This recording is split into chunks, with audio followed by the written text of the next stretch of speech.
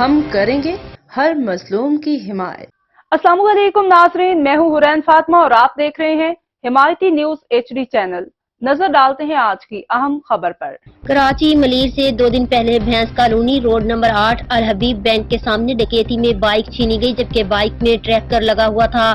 Tracker کی مدد سے بائک کی معلومات کی گئی تو یوسف کوٹ میں بائک موجود تھی۔ جب موجودہ مقام پر پہنچے تو گھر میں گھسنے نہیں دیا گیا۔ سکھن پولیس سے مدد طلب کی اور پھر اس کے بعد بائک کی لوکیشن تبدیل ہو گئی۔